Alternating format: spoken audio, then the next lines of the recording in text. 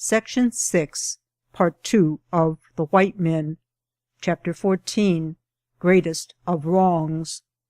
Perhaps the greatest wrong ever done to the Indians was the treatment received by our tribe from the United States troops about 1863. The chief of our tribe, Mangus Colorado, went to make a treaty of peace for our people with the white settlement at Apache Tejo, New Mexico. It had been reported to us that the white men in this settlement were more friendly and more reliable than those in Arizona, that they would live up to their treaties and would not wrong the Indians. Mangus Colorado with 3 other warriors went to Apache Tejo and held a council with these citizens and soldiers.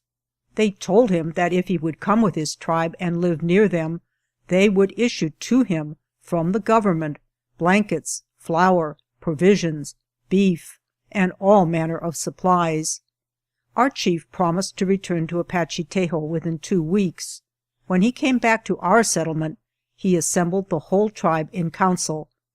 I did not believe that the people at Apache Tejo would do as they said, and therefore I opposed the plan. But it was decided that, with part of the tribe, Mangus Colorado should return to Apache Tejo and receive an issue of rations and supplies. If they were as represented, and if these white men would keep the treaty faithfully, the remainder of the tribe would join him, and we would make our permanent home at Apache Tejo. I was to remain in charge of that portion of the tribe which stayed in Arizona. We gave almost all of our arms and ammunition to the party going to Apache Tejo, so that, in case there should be treachery, they would be prepared for any surprise. Mangus Colorado and about half of our people went to New Mexico, happy that now they had found white men who would be kind to them and with whom they could live in peace and plenty. No word ever came to us from them. From other sources, however, we heard that they had been treacherously captured and slain. In this dilemma we did not know just exactly what to do, but fearing that the troops who had captured them would attack us, we retreated into the mountains near Apache Pass. During the weeks that followed the departure of our people, we had been in suspense, and failing to provide more supplies, had exhausted all of our store of provisions. This was another reason for moving camp. On this retreat, while passing through the mountains, we discovered 4 men with a herd of cattle. 2 of the men were in front in a buggy, and 2 were behind on horseback. We killed all 4, but did not scalp them. They were not warriors. We drove the cattle back into the mountains, made a camp, and began to kill the cattle and pack the meat. Before we had finished this work, we were surprised and attacked by United States troops, who killed in all 7 Indians, 1 warrior, 3 women, and 3 children. The government troops were mounted, and so were we, but we were poorly armed, having given most of our weapons to the division of our tribe that had gone to Apache Tejo, so we fought mainly with spears, bows, and arrows. At first I had a spear, a bow, and a few arrows, but in a short time my spear and all my arrows were gone. Once I was surrounded, but by dodging from side to side of my horse as he ran, I escaped. It was necessary during this fight for many of the warriors to leave their horses and escape on foot. But my horse was trained to come at call, and as soon as I reached a safe place, if not too closely pursued, I would call him to me. During this fight we scattered in all directions, and 2 days later reassembled at our appointed place of rendezvous, about 50 miles from the scene of this battle. About 10 days later, the same United States troops attacked our new camp at sunrise. The fight lasted all day, but our arrows and spears were all gone before 10 o'clock, and for the remainder of the day we had only rocks and clubs with which to fight. We could do little damage with these weapons, and at night we moved our camp about 4 miles back into the mountains, where it would be hard for the cavalry to follow us. The next day our scouts, who had been left behind to observe the movements of the soldiers, returned, saying that the troops had gone back toward San Carlos Reservation. A few days after this, we were again attacked by another company of United States troops. Just before this fight, we had been joined by a band of Chokonen Indians under Cochise, who took command of both divisions. We were repulsed and decided to disband.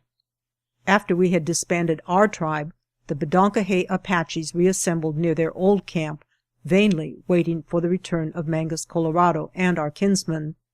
No tidings came, save that they had all been treacherously slain. Then a council was held, and as it was believed that Mangus Colorado was dead, I was elected tribal chief. For a long time we had no trouble with anyone. It was more than a year after I had been made tribal chief that United States troops surprised and attacked our camp. They killed 7 children, 5 women, and 4 warriors, captured all our supplies, blankets, horses, and clothing, and destroyed our teepees. We had nothing left. Winter was beginning, and it was the coldest winter I ever knew. After the soldiers withdrew, I took 3 warriors and trailed them. Their trail led back toward San Carlos. Chapter 15. Removals.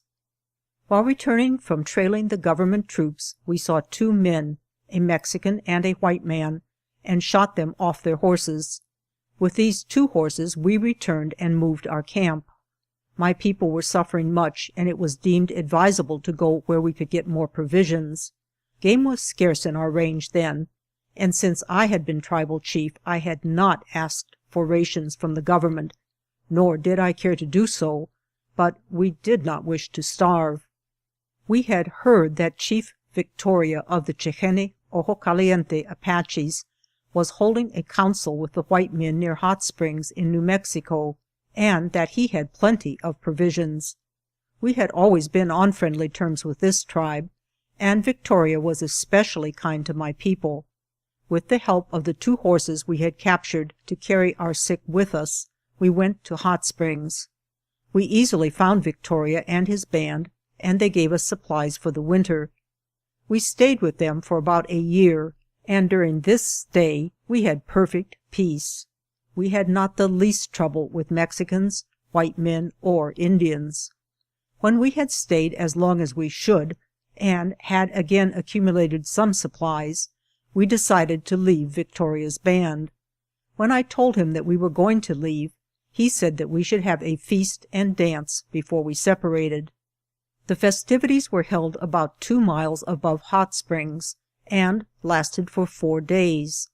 There were about 400 Indians at this celebration. I do not think we ever spent a more pleasant time than upon this occasion. No one ever treated our tribe more kindly than Victoria and his band. We are still proud to say that he and his people were our friends. When I went to Apache Pass, Fort Bowie, I found General Howard in command, and made a treaty with him. This treaty lasted until long after General Howard had left our country. He always kept his word with us, and treated us as brothers. We never had so good a friend among the United States officers as General Howard. We could have lived forever at peace with him.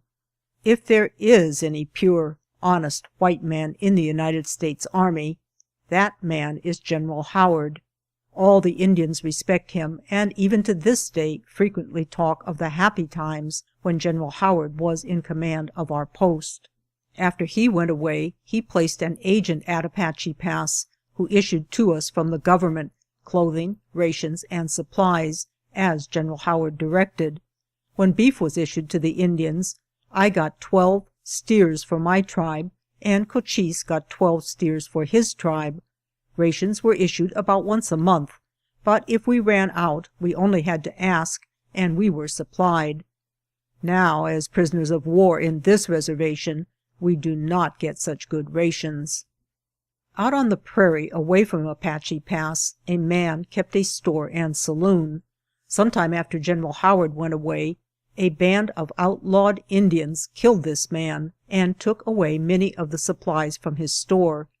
On the very next day after this, some Indians at the post were drunk on tiswin, which they had made from corn.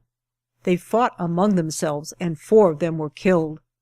There had been quarrels and feuds among them for some time, and after this trouble we deemed it impossible to keep the different bands together in peace.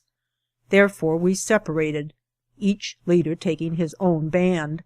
Some of them went to San Carlos and some to Old Mexico, but I took my tribe back to Hot Springs and rejoined Victoria's band.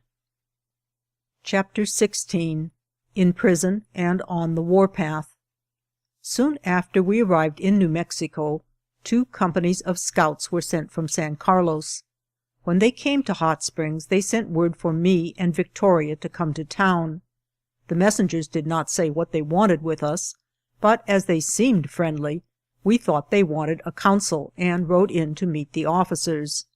As soon as we arrived in town, soldiers met us, disarmed us, and took us both to headquarters, where we were tried by court-martial. They asked us only a few questions, and then Victoria was released and I was sentenced to the guardhouse. Scouts conducted me to the guardhouse and put me in chains. When I asked them why they did this, they said it was because I had left Apache Pass. I do not think I ever belonged to those soldiers at Apache Pass, or that I should have asked them where I might go. Our bands could no longer live in peace together, and so we had quietly withdrawn, expecting to live with Victoria's band, where we thought we would not be molested. They also sentenced 7 other Apaches to chains in the guardhouse. I do not know why this was done, for these Indians had simply followed me from Apache Pass to Hot Springs. If it was wrong, and I do not think it was wrong, for us to go to Hot Springs, I alone was to blame. They asked the soldiers in charge why they were imprisoned and chained, but received no answer. I was kept a prisoner for 4 months, during which time I was transferred to San Carlos.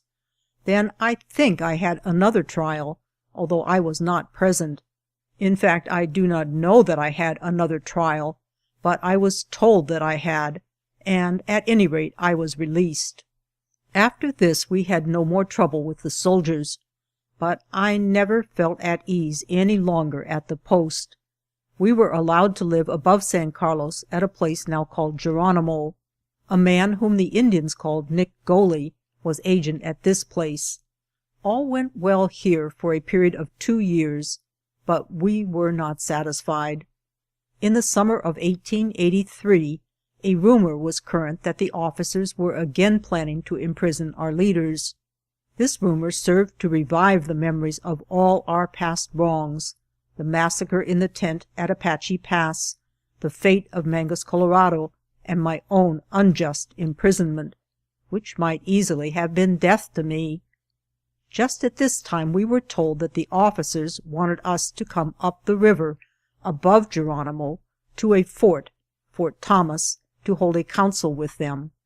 We did not believe that any good could come of this conference, or that there was any need of it.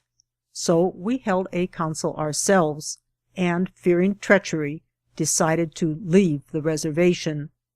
We thought it more manly to die on the warpath than to be killed in prison. There were in all about 250 Indians, chiefly the Bedonkohe and Nedni Apaches, led by myself and Ho. We went through Apache Pass, and just west of there had a fight with the United States troops. In this battle we killed 3 soldiers and lost none. We went on toward Old Mexico, but on the 2nd day after this, United States soldiers overtook us about 3 o'clock in the afternoon, and we fought until dark. The ground where we were attacked was very rough, which was to our advantage, for the troops were compelled to dismount in order to fight us. I do not know how many soldiers we killed, but we lost only 1 warrior and 3 children. We had plenty of guns and ammunition at this time. Many of the guns and much ammunition we had accumulated while living in the reservation, and the remainder we had obtained from the White Mountain Apaches when we left the reservation. Troops did not follow us any longer, so we went south almost to Casa Grande, and camped in the Sierra de Sahuaripa Mountains. We ranged in the mountains of Old Mexico for about a year, then returned to San Carlos, taking with us a herd of cattle and horses. Soon after we arrived at San Carlos, the officer in charge, General Crook, took the horses and cattle away from us. I told him that these were not white men's cattle, but belonged to us, for we had taken them from the Mexicans during our wars. I also told him that we did not intend to kill these animals, but that we wished to keep them and raise stock on our range. He would not listen to me, but took the stock. I went up near Fort Apache, and General Crook ordered officers, soldiers, and scouts to see that I was arrested. If I offered resistance, they were instructed to kill me. This information was brought to me by the Indians. When I learned of this proposed action, I left for Old Mexico, and about 400 Indians went with me. They were the Bedonkohe, Chokonen, and Nedni Apaches. At this time, Ho was dead, and Naiche was the only chief with me. We went south into Sonora and camped in the mountains. Troops followed us, but did not attack us until we were camped in the mountains west of Casa Grande. Here we were attacked by government Indian scouts. One boy was killed, and nearly all of our women and children were captured. After this battle, we went south of Casa Grande and made a camp, but within a few days this camp was attacked by Mexican soldiers. We skirmished with them all day, killing a few Mexicans, but sustaining no loss ourselves. That night we went east into the foothills of the Sierra Madre Mountains and made another camp.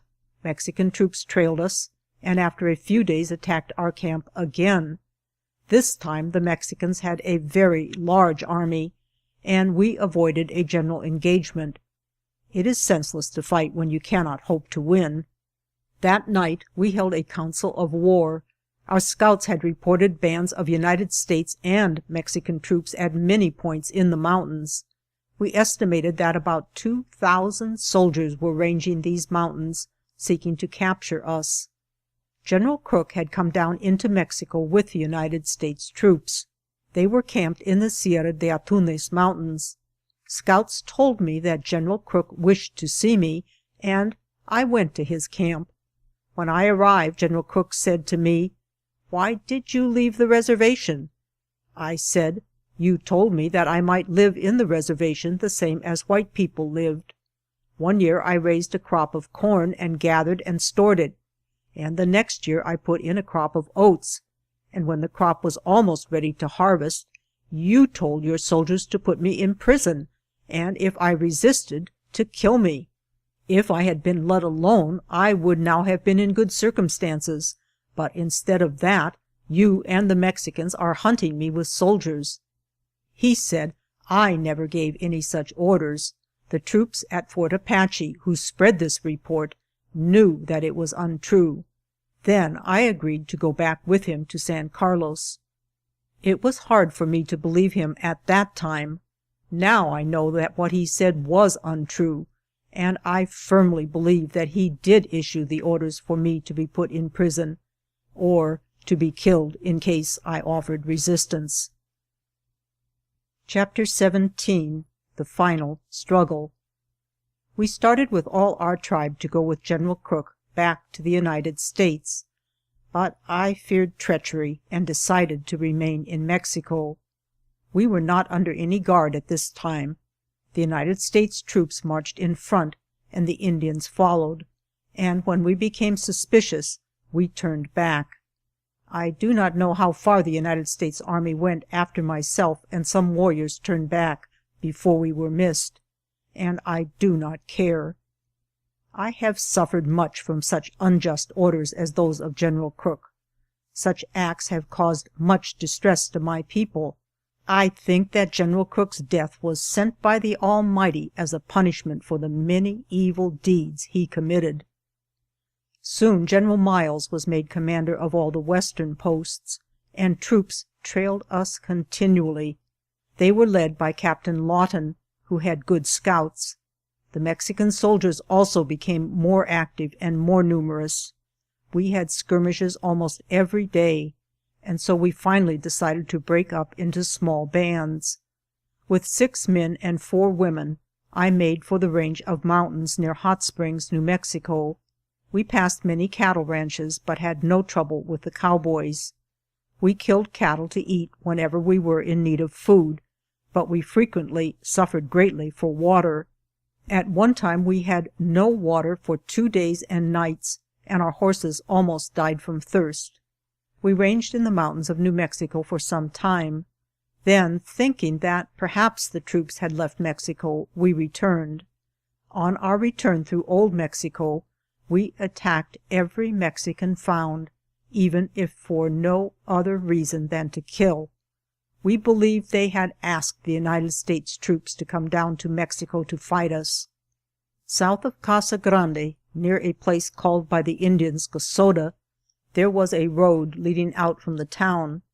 There was much freighting carried on by the Mexicans over this road. Where the road ran through a mountain pass, we stayed in hiding, and whenever Mexican freighters passed, we killed them, took what supplies we wanted, and destroyed the remainder. We were reckless of our lives, because we felt that every man's hand was against us. If we returned to the reservation, we would be put in prison and killed. If we stayed in Mexico, they would continue to send soldiers to fight us.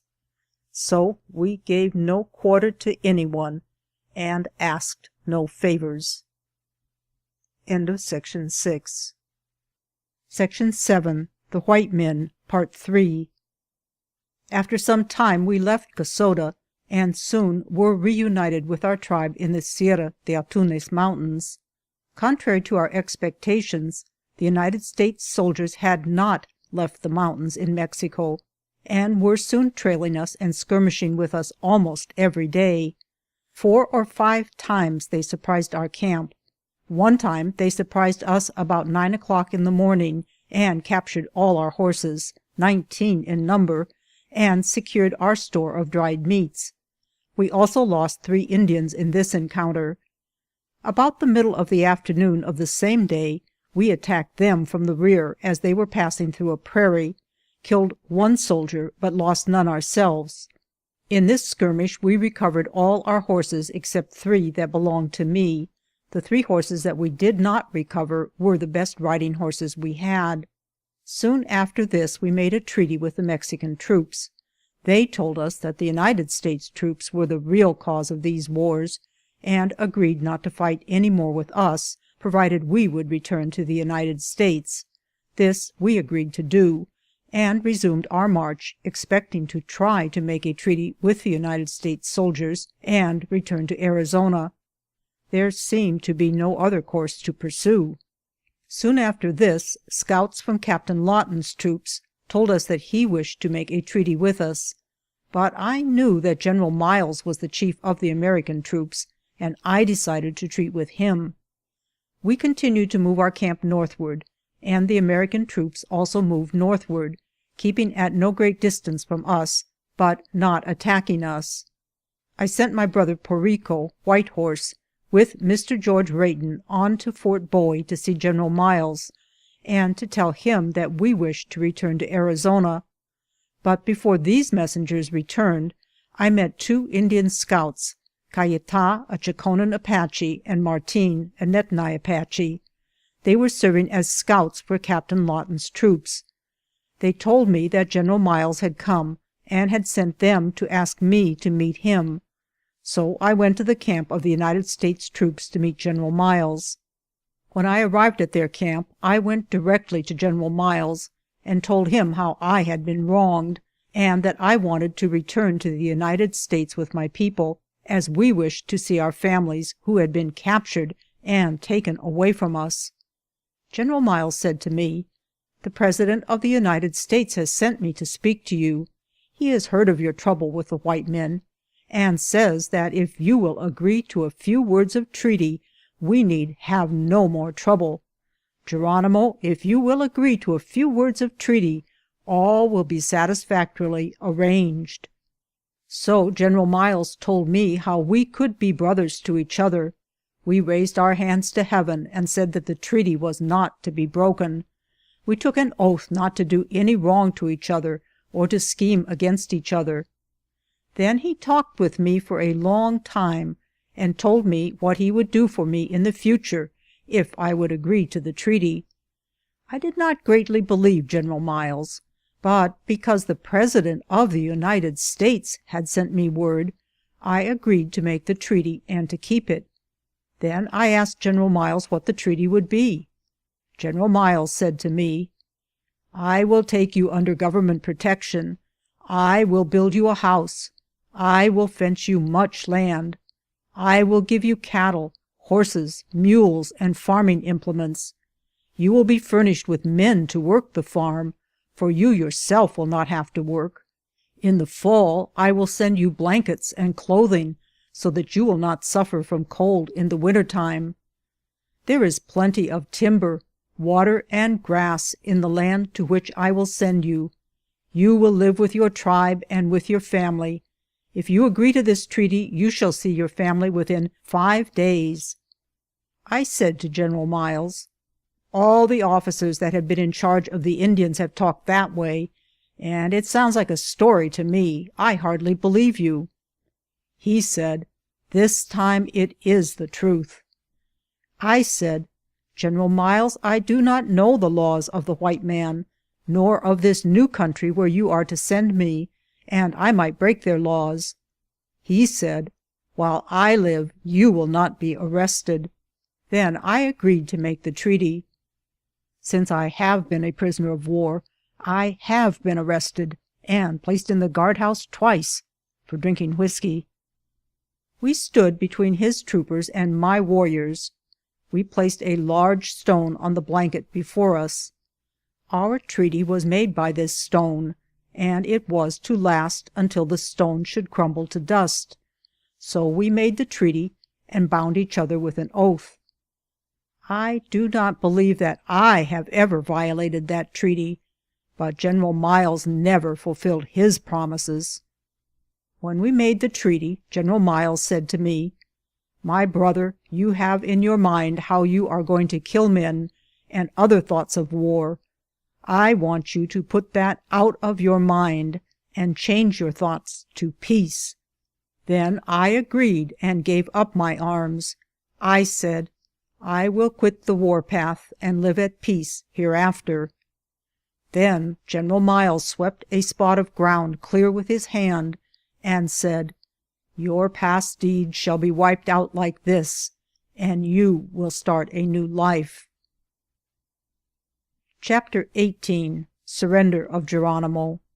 On February 11th, 1887, the Senate passed the following resolution: Resolved, that the Secretary of War be directed to communicate to the Senate all dispatches of General Miles referring to the surrender of Geronimo, and all instructions given to and correspondence with General Miles in reference to the same. These papers are published in the Senate Executive Documents, Second Session, 49th Congress, 1886-1887, Volume 2, numbers 111 to 125.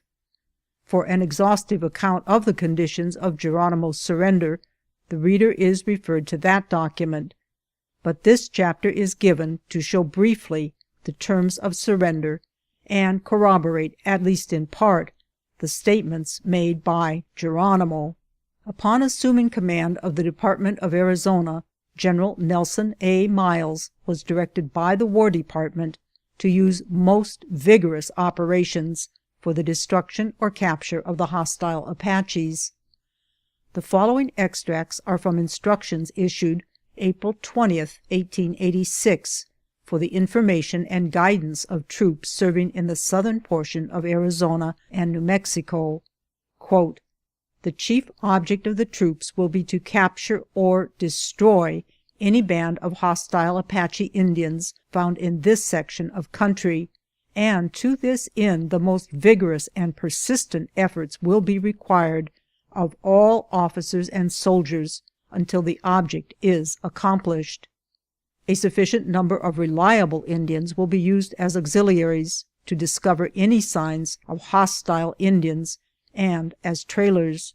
To avoid any advantage the Indians may have by a relay of horses, where a troop or squadron commander is near the hostile Indians, he will be justified in dismounting one half of his command and selecting the lightest and best riders to make pursuit by the most vigorous forced marches, until the strength of all animals of his command shall have been exhausted." End quote. The following telegrams show the efforts of the United States troops and the cooperation of Mexican troops under Governor Torres. Headquarters, Division of the Pacific, Presidio of San Francisco, California, July 22nd, 1886. Adjutant General, Washington, D.C. The following telegram just received from General Miles. Captain Lawton reports through Colonel Royal, commanding at Fort Huachuca, that his camp surprised Geronimo's camp on Yongi River, about 130 miles south and east of Campas, Sonora, or nearly 300 miles south of Mexican boundary, capturing all the Indian property, including hundreds of pounds of dried meat and 19 riding animals. This is the 5th time within 3 months in which the Indians have been surprised by the troops. While the results have not been decisive, yet it has given encouragement to the troops, and has reduced the numbers and strength of the Indians, and given them a feeling of insecurity even in the remote and almost inaccessible mountains of Old Mexico. In absence of Division Commander, C. McKeever, Assistant Adjutant General. End of dispatch. Another dispatch.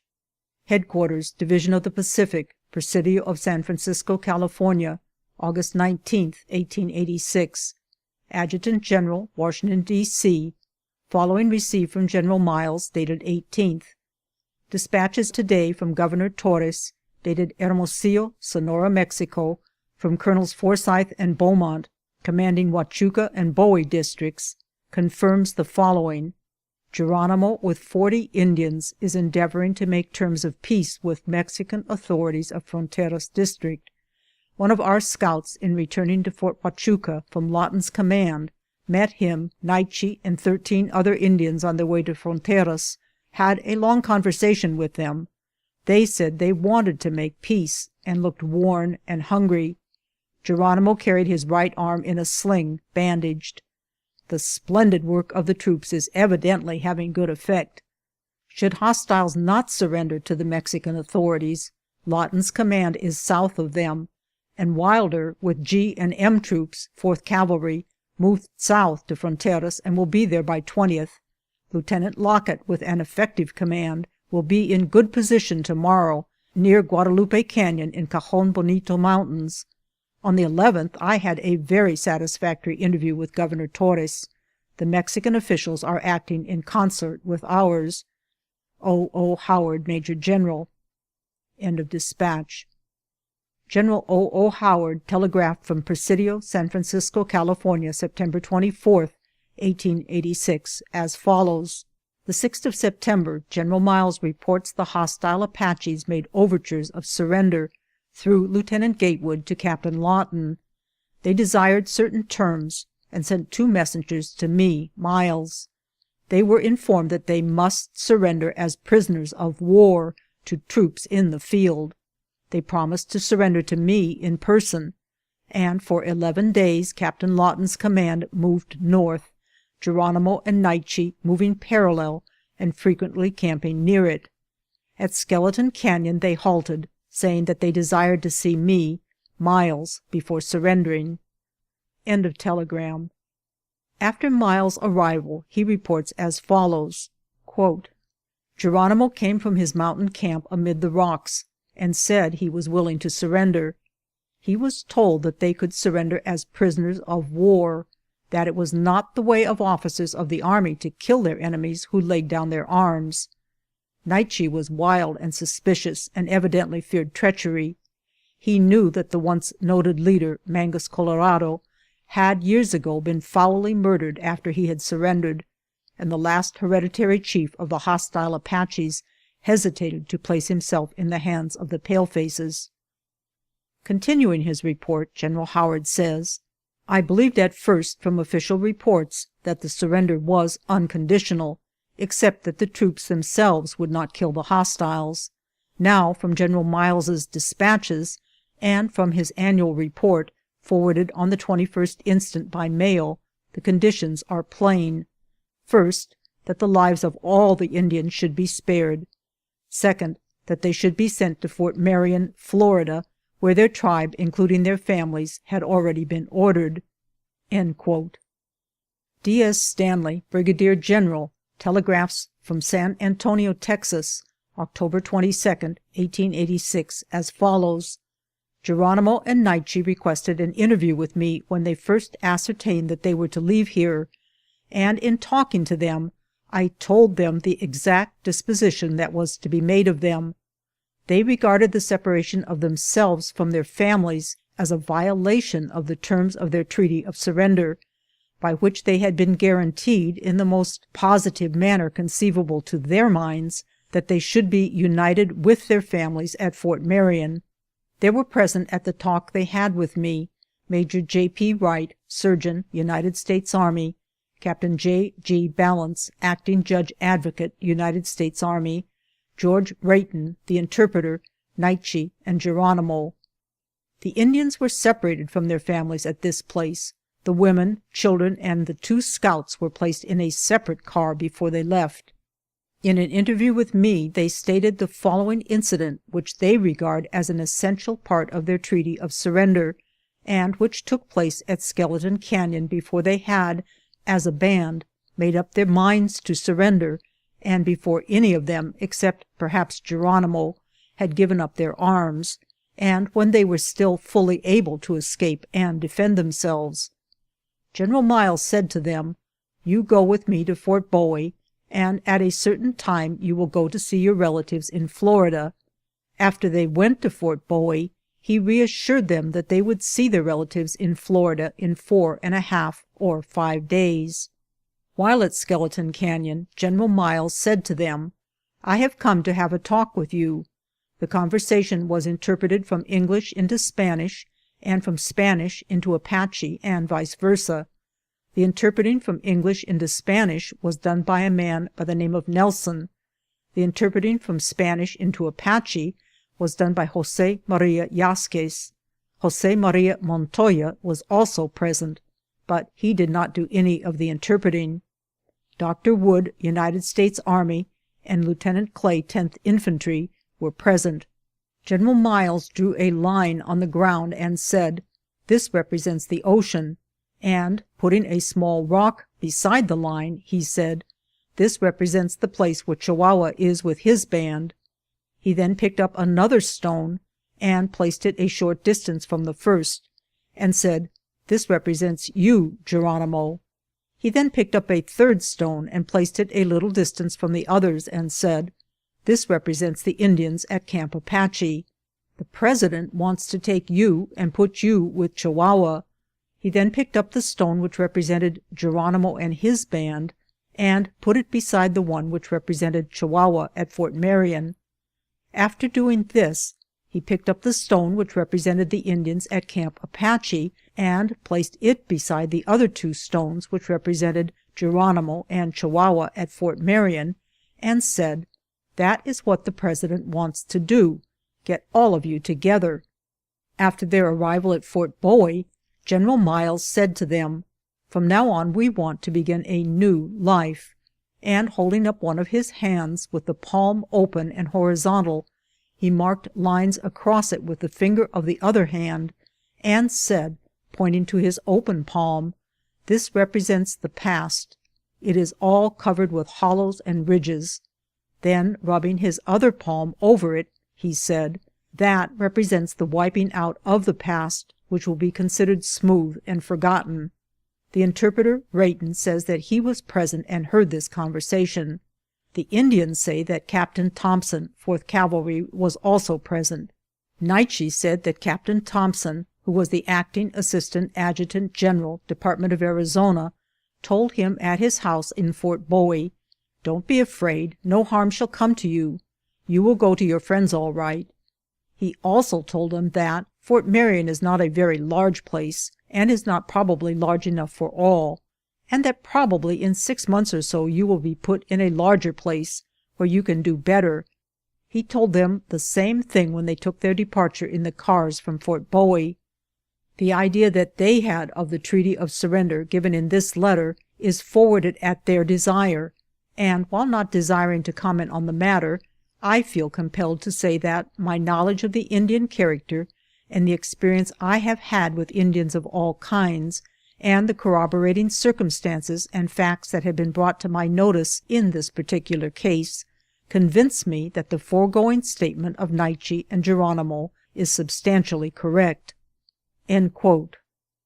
Extract from the Annual Report, 1886, of the Division of the Pacific, commanded by Major General O. O. Howard, U.S. Army. Headquarters, Division of the Pacific, Presidio of San Francisco, California, September 17, 1886. Adjutant General, U.S. Army, Washington, D.C. General: I have the honor to submit the following report upon military operations and conditions of the Division of the Pacific for the information of the Lieutenant General, and to make some suggestions for his consideration. On the 17th of May, 1885, a party of about 50 of the Chiricahua prisoners, headed by Geronimo, Naiche, and other chiefs, escaped from the White Mountain Reserve in Arizona, and entered upon a career of murder and robbery unparalleled in the history of Indian raids. Since then, and up to the time of my assuming command of this division, they had been pursued by troops with varying success. After the assassination of Captain Crawford on January 11th by the Mexicans, the hostiles asked for a "talk," and finally had a conference on March 25th, 26th, and 27th with General Crook in the Canyon of Los Embudos, 25 miles south of San Bernardino, Mexico, on which date it was arranged that they should be conducted by Lieutenant Manus with his battalion of scouts to Fort Bowie, Arizona. The march commenced on the morning of March 28th, and proceeded until the night of the 29th, when, becoming excited with fears of possible punishment, Geronimo and Naiche, with 20 men, 14 women, and 2 boys, stampeded to the hills. Lieutenant Manus immediately pursued, but without success. Simultaneously with my taking command of the division, Brigadier General Crook was relieved by Brigadier General Miles, who at once set out to complete the task commenced by his predecessor. Geronimo and his band were committing depredations, now in the United States and now in Mexico, and being separated into small parties, easily eluded the troops and carried on their work of murder and outrage. Early in May, General Miles organized the hostile field of operations into districts, each with its command of troops, with specific instructions to guard the water holes, to cover the entire ground by scouting parties, and give the hostiles no rest. An effective command under Captain Lawton, 4th Cavalry, was organized for a long pursuit. On May 3rd, Captain Lebo, 10th Cavalry, had a fight with Geronimo's band 12 miles southwest of Santa Cruz in Mexico, with a loss of 1 soldier killed and 1 wounded. After this fight, the Indians retreated southward, followed by 3 troops of cavalry. On May 12th, a serious fight of Mexican troops with the hostiles near Planchos, Mexico, resulted in a partial defeat of the Mexicans. On May 15th, Captain Hatfield's command engaged Geronimo's band in the Corona Mountains, suffering a loss of 2 killed and 3 wounded, and the loss of several horses and mules, the Indians losing several killed. On May 16th, Lieutenant Brown, 4th Cavalry, struck the hostiles near Buena Vista, Mexico, capturing several horses, rifles, and a quantity of ammunition. The usual series of outrages, with fatiguing chase by troops, continued until June 21st, when the Mexicans engaged the hostiles about 40 miles southeast of Magdalena, Mexico, and after a stubborn fight repulsed them. About the middle of August, Geronimo and his band were so reduced and harassed by the tireless pursuit of the soldiers that they made offer of surrender to the Mexicans, but without coming to terms. Their locality thus being definitely known, disposition of the troops was rapidly made to act in conjunction with the Mexicans to intercept Geronimo and force his surrender. On August 25th, Geronimo, when near Fronteras, Mexico, recognizing that he was pretty well surrounded, and being out of ammunition and food, made overtures of capitulation through Lieutenant Gatewood, 6th Cavalry, to Captain Lawton. He desired certain terms, but was informed that a surrender as prisoner of war was all that would be accepted. The Indians then proceeded to the vicinity of Captain Lawton's command near Skeleton Canyon, and sent word that they wished to see General Miles. On September 3rd, General Miles arrived at Lawton's camp, and on September 4th, Naiche, the son of Cochise and the hereditary chief of the Apaches, with Geronimo, surrendered all the hostiles, with the understanding, it seems, that they should be sent out of Arizona. I am not informed of the exact nature of this surrender, at first deemed unconditional. I am, sir, very respectfully, your obedient servant, O. O. Howard, Major General, United States Army. End of report. Statement of W. T. Melton and Darko, Oklahoma. Quote, From 1882 to 1887, I lived in southern Arizona and was employed by the San Simeon Cattle Company. In 1886, I was stationed in Skeleton Canyon, about 10 miles north of the boundary line between Arizona and Old Mexico, with J. D. Pruitt. It was our duty to ride the line south of our range and keep the cattle of the company from straying into Old Mexico. One afternoon, when returning from our ride, we discovered an Indian trail leading toward our camp. We rode hurriedly out of the hills into a broad valley, so that we could better discover any attacking parties of Apaches, and, if assailed, have at least a fighting chance for our lives. We knew the Apaches under Geronimo were on the warpath, but they were far down in Old Mexico. However, our knowledge of the Indians led us to expect anything at any time, to always be ready for the worst. When we reached the valley, we struck a cavalry trail also headed for our camp. This was perplexing, for neither the Indians nor the soldiers seemed to have been riding fast, and both trails led toward our camp in Skeleton Canyon. This canyon was a natural route from Old Mexico to Arizona, and almost all bands of Indians, as well as detachments of United States troops, passed and repassed through this valley when going to Old Mexico or returning therefrom. But never before had two hostile bands passed through here at the same time and traveling in the same direction, except when one fled and the other pursued. What this could mean was a mystery to us. Could it be that the troops had not seen the Indians? Were the redskins trying to head the troops off and attack them in their camp? Were the troops hunting for those Indians? Could this be Lawton's command? Could that be Geronimo's band? No, it was impossible. Then who were these troops, and what Indians were those? Cautiously we rode to our camp, and nailed on the door of our cabin was this notice: "Be careful, Geronimo is nearby and has not yet surrendered. Captain Lawton." Then we understood. A short distance above our cabin we found the camp of the troops, and we had just finished talking with Captain Lawton, who advised us to remain in his camp rather than risk staying alone in our cabin, when up rode the chief Geronimo. He was mounted on a blaze-faced, white-stockinged dun horse. He came directly to Captain Lawton, and through an interpreter asked who we were and what we wanted. As soon as the explanation was given, he nodded his approval and rode away. Pruitt and I rode away with him.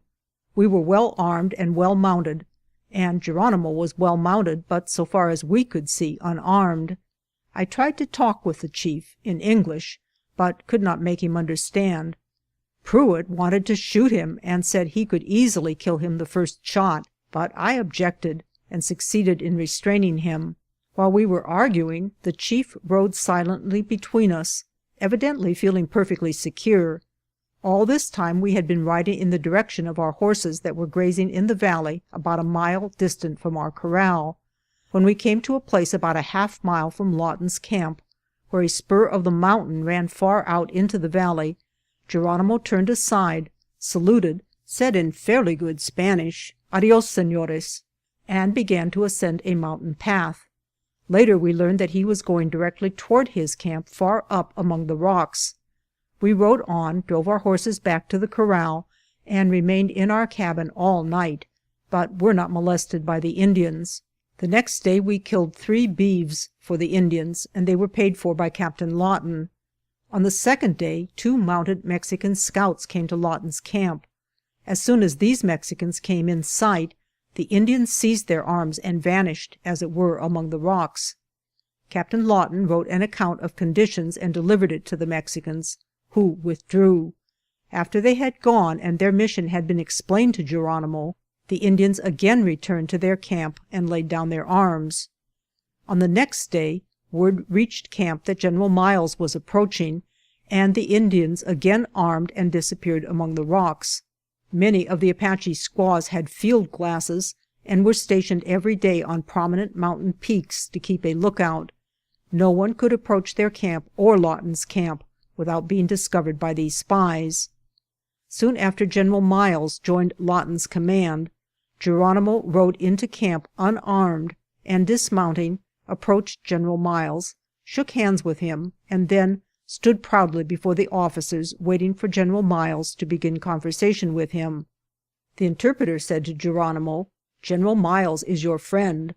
Geronimo said, "I never saw him, but I have been in need of friends. Why has he not been with me?" When this answer was interpreted, everybody laughed. After this there was no more formality, and without delay the discussion of the treaty was begun. All I remember distinctly of the treaty is that Geronimo and his band were not to be killed, but they were to be taken to their families. I remember this more distinctly because the Indians were so much pleased with this particular one of the terms of the treaty. Geronimo, Naiche, and a few others went on ahead with General Miles, but the main band of Indians left under the escort of Lawton's troops. The night before they left, a young squaw, daughter-in-law of Geronimo, gave birth to a child. The next morning the husband, Geronimo's son, carried the child, but the mother mounted her pony unaided and rode away unassisted, a prisoner of war under military escort.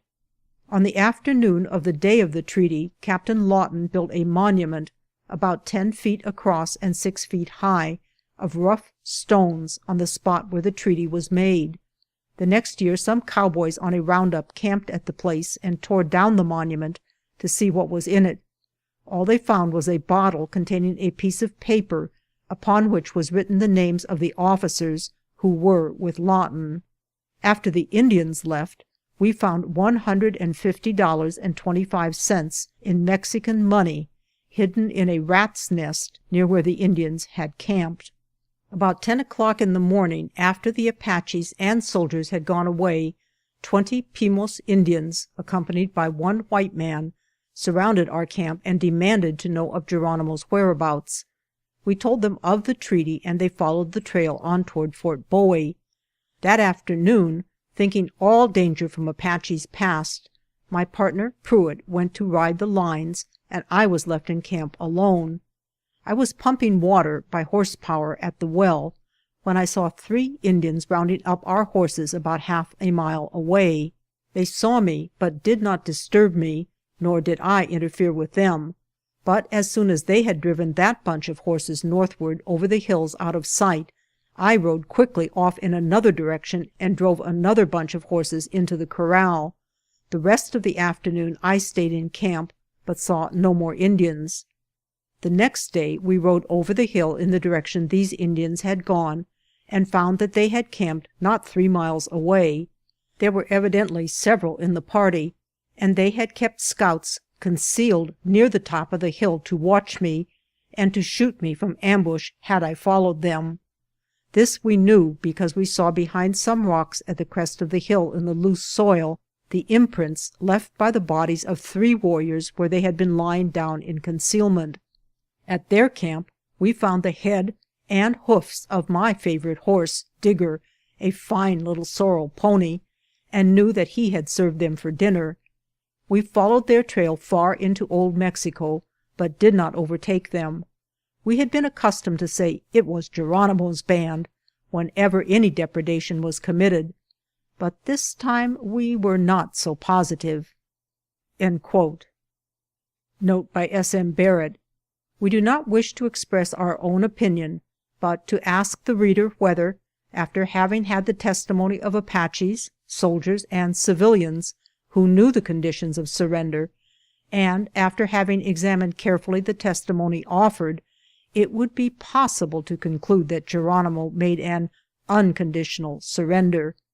Before passing from this subject, it would be well to consider whether our government has treated these prisoners in strict accordance with the terms of the treaty made in Skeleton Canyon. End of section 7.